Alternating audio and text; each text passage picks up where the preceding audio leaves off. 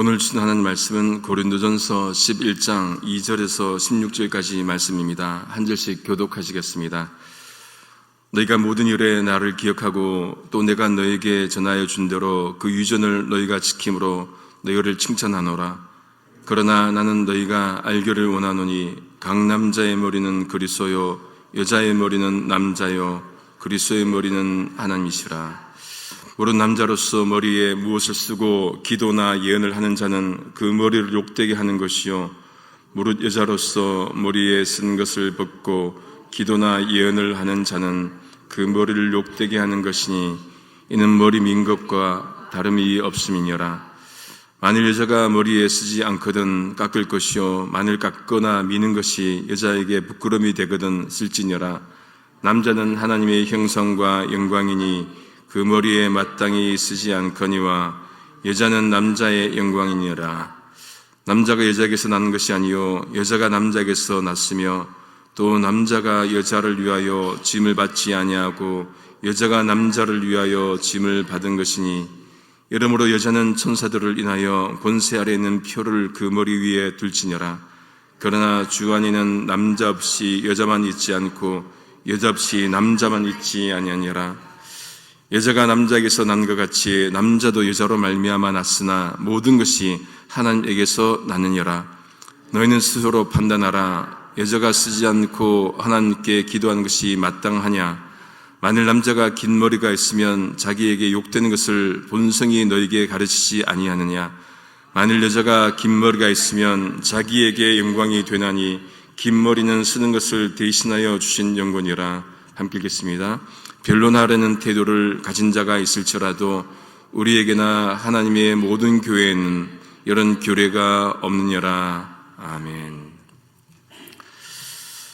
성경 말씀 중에 설교하기 쉽지 않은 본문들이 있는데 오늘 말씀도 그 중에 하나인 것 같습니다. 오늘은 찬송도 어렵고 다 어려운 것 같네요. 먼저 바울은 고린도 교회 성도들을 칭찬하는데 이유가 이렇습니다. 2절 세 번역입니다. 여러분이 나를 모든 면으로 기억하며 또 내가 여러분에게 전해준 대로 전통을 지키고 있으니 나는 여러분을 칭찬합니다. 모든 면에서 바울을 기억한다는 것은 무엇을 의미할까요? 바울이 복음을 증거하다가 어려운 일 당하고 감옥에도 들어가고 또 그런 상황 속에서도 그들이 여전히 바울을 기억하고 보살폈다는 그런 의미이겠지요. 또한 바울이 전한 전통을 그들이 지키고 있다는 것은 하나님의 말씀을 받은 대로 그대로 그들이 또 말씀을 지키고 또 가르침을 또 지키고 있다는 그 의미일 겁니다. 바울이 빌립보서 4장 9절 상반절에서도 권면합니다. 너희는 내게 배우고 받고 듣고 본 바를 행하라.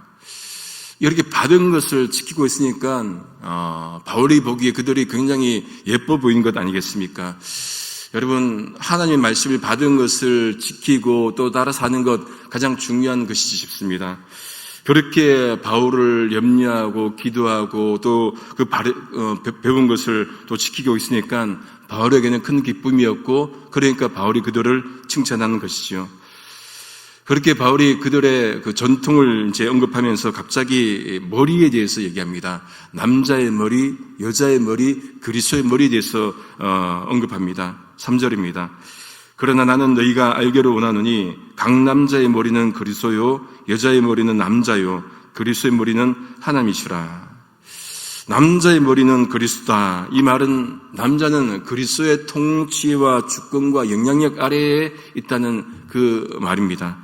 여자의 머리는 남자라는 말은 여자는 남자의 복종해야 된다. 그 말보다도 여자가 남자의 그 권위 아래에 있지만은 그러나 남자가 여자를 돌보고 가꾸고 인도하는 그런 의미를 갖는 것이죠. 그리스도의 머리는 하나님이다. 이 말은 예수님은 근본 하나님과 본체시죠. 그런데 동등됨을 취하지 않으시고 비우시고 내려오시고 그리고는 죽기까지 복종하시는 그 모습을 말씀하는 겁니다. 그렇게 예수님은 하나님 성부 하나님께 순종했던 것이죠. 그런데 그렇다고 성자 예수 그리스도가 성부 하나님께 그 아래에 있는 것으로 그렇게 보면은 곤란합니다. 그는 삼일체론을 얘기하지만은 그는 그 중에 이단 중에 하나인 종속론에 포함되기 때문에 그런 거예요. 성자를 성부 하나님께 종속된 것으로 보는 것은 이단 중에 한 부류입니다. 성부, 성자, 성령 삼일체 하나님은 영원토록 하나이고 영원토록 한 분이시죠. 공존하시고 동등하신 분임을 우리가 고백하게 됩니다. 바울이 머리 이야기하는 것은 당시의 상황이 있기 때문이죠. 당시 고린도 교회에서는 예배 시에 남자는 머리를 덮지 않고 여자는 머리를 가리고 예배를 드리는데, 이방 제사에 참여하는 그 로마 상륙층 남자들이 머리에 뭐를 덮어쓰고 막 오는 거예요. 그 모습을 보고는 이제 예배 안에도 그런 모습들이 있기 때문에 이 말을 하는 겁니다. 그렇게 하는 것은 그 머리를 어떻게 해요? 부끄럽게 하는 것이다. 그렇게 말을 합니다. 반대로 여자는 머리를 가리고 기도하거나 예언해야 되는데, 이방 신전의 여성 사제들은 이제 뭐 덮어쓰지 않고 막 하는 거예요. 그 모습 보고 여자들도 막 하니까 뭐라고 합니까? 그 머리를 부끄럽게 하는 것이기에 그것은 머리를 민 것과 같다. 그렇게 말씀을 합니다. 이 예배 안에 이방 문화가 들어오니까 우상 문화가 들어온 것을 바울이 지적하는 것으로 보게 됩니다. 만일 그래서 여자가 아무것도 쓰지 않으려면은 머리를 깎아야 하고, 깎거나 미는 것이 부끄러우면은 어떻게 해요? 머리를 가려야 된다. 그렇게 말씀을 합니다. 해설서에 보니까 당시 여자들이 수건을 쓰는 것은 교양 있는 그런 여자에게 기대했던 습관인데, 머리에 뭐를 쓰지 않는 것은 남자를 유혹했던 것으로 그렇게 본다는 것이죠. 그래서 여자가 수건을 쓰는 것은 교회 질서를 세우는 것으로 봤다고 합니다. 그래서 이런 상황을 다시 3절과 연결시키면 이렇게 됩니다. 남자가 머리에 무엇을 쓰고 기도하면은 어떻게 됩니까? 남자의 머리인 그리스도를 욕되게 하는 것이죠. 여자가 머리에 무엇을 쓰지 않고 기도하면은 여자의 머리인 남자를 욕되게 하는 것이고, 이 둘은 모두 그리스도의 머리는 하나님을 욕되게 하는 것으로 의미하게 됩니다. 현대 교회는 이 문제로 더 이상 고민하지 않죠. 얼마나 좋습니까? 지금 또 이걸 지켰으면은 여자분들은 또 머리에 뭐 또 덮어써야 되고, 그죠? 그렇게 해야 되는데 그렇지 않다는 거예요. 그런데 뭘 배우겠습니까? 복장을 우리가 단정히 하는 게 필요하다. 그렇게 여겨집니다. 무엇보다도 마음의 복장을 우리가 단정히 하는 게 필요하지요. 예배 드릴 때 정말로 경건한 마음으로, 그죠? 자기의 마음을 다시금 점검하면서 예배 드려야 된다. 그렇게 배우게 됩니다. 바울은 이 문제를 이제 신학적으로 또 창조 질서 속에서 다루려고 그렇게 합니다. 그래서 남자는 어떻게 표현합니까? 하나님의 형상과 영광이기에 그 머리를 마땅히 가리지 않아야 된다. 그렇게 말씀을 합니다. 하나님의 영광이 남자를 통해서 드러나기 때문에 가리지 말아야 된다. 그 얘기가 되는 것이죠. 반면에 여자는 어떻습니까? 여자는 남자의 영광이기 때문에, 다시 말해서 남자의 영광이 여자를 통해서 드러나기 때문에 여자는 머리를 가려야 된다. 그렇게 얘기하는 거예요. 하나님의 영광이 드러나야 되는데 남자의 영광이 드러나는 것은 바람직하지 않기 때문에 여자의 머리는 가려야 된다. 그렇게 말씀을 합니다. 여기서 보면은 남자는 뭐라고 했습니까? 하나님의 영광과 하나님의 형상과 영광을 했죠. 여자는요, 남자의 영광, 그렇게 표현을 했습니다. 뭐가 빠졌습니까? 여자에게서 하나님의 형상이 빠진 거예요. 그러면 여자는 하나님의 형상이 아닙니까? 이 말씀을 그렇게 이해하면 곤란합니다. 창세기 1장 27절에 하나님이 자기 형상, 곧 하나님의 형상대로 사람을 창조하시되, 그 다음 뭐라 합니까? 남자와 여자를 창조하시고 라고 분명히 말씀을 하신 것이죠. 그러니까 남자든 여자든 모두가 하나님의 형상대로 지음받은 존재라는 것을 우리가 분명히 할 필요가 있는 것입니다. 바울은 이렇게 남녀 구별을 이제 어떻게 가져가느냐, 남녀 구별을 인간의 기원과 목적을 가지고 설명을 합니다. 먼저 기원이에요. 8절입니다. 남자가 여자에게서 난 것이 아니요 여자가 남자에게서 났으며, 그렇게 말씀을 하시죠. 이거는 뭡니까? 아담이 하와에게서 난 것이 아니고 하와가 아담에게서 난 것을 말씀을 하는 겁니다. 기원이 그렇다는 거예요. 원래부터 그렇게 기원했기 때문에 여자는 남자의 영광이다라는 것이죠. 두 번째, 남자가 여자를 위하여 지음받은 것이 아니고 여자가 남자를 위해서 지음받은 것이다. 홀로 있는 아담이 안쓰러워서 애처로워 보여서 돕는 배필을 지어주신 거잖아요. 이런 창조질서 배경에서 보고 그 배경이 있기 때문에 바울은 10절에서 그러므로 여자는 천사들 때문에 그 머리에 권위의 표를 지니고 있사옵니다. 세번역으로는 그렇게 주장을 합니다.